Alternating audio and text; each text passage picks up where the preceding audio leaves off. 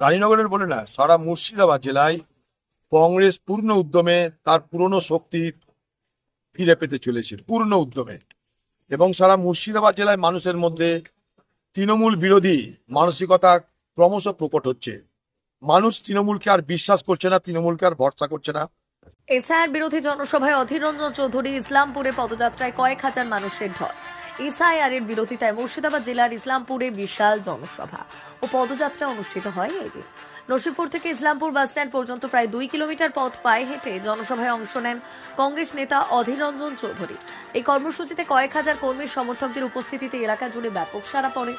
এই দিনের জনসভায় রানীনগরের বিধায়ক সৌমিক হোসেনকে কেন্দ্র করে তীব্র স্লোগান ওঠে। অজিত চৌধুরী রাজপথে ফেসবুক এমএলএ হুঁশিয়ার দেখে যা, ওই বিধায়ক তুই দেখে যা, ওই ফেসবুক বিধায়ক দেখে যা, ওই এনআরসি বিধায়ক দেখে যা।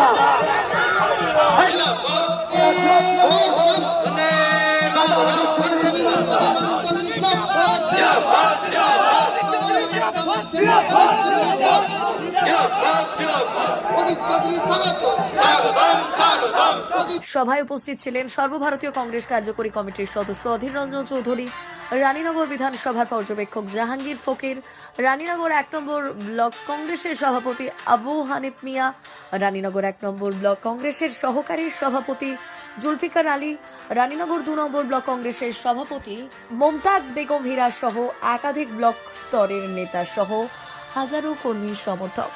ইসলামপুর বাসস্ট্যান্ড এলাকায় এসে মিছিল শেষ করে প্রতিবাদ সভা শুরু করেন কংগ্রেস নেতা অধীর রঞ্জন চৌধুরী। তিনি বক্তব্য দেওয়ার সময় জনসভার মঞ্চ থেকেই রাজ্যের মুখ্যমন্ত্রী মমতা বন্দ্যোপাধ্যায়কে কটাক্ষ করেন অধীর বাবু। সব মিলিয়ে এসআইআর বিরোধী এই কর্মসূচিতে হাজারো সর্বসাধারণের উপস্থিতি ছিল নজরে পড়ার মতো।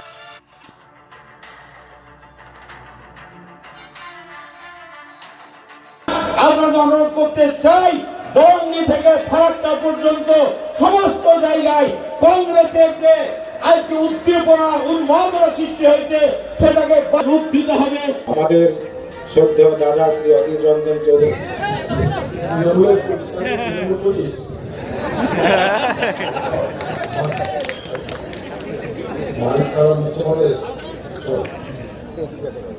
ঠিক আছে, এই এলাকাটার সঙ্গে আমার একটা বিশেষ পরিচিতি আছে, যেটা আমার আজ মনে হয়েছে বলা দরকার এবং বলতে আমার ইচ্ছা করছে।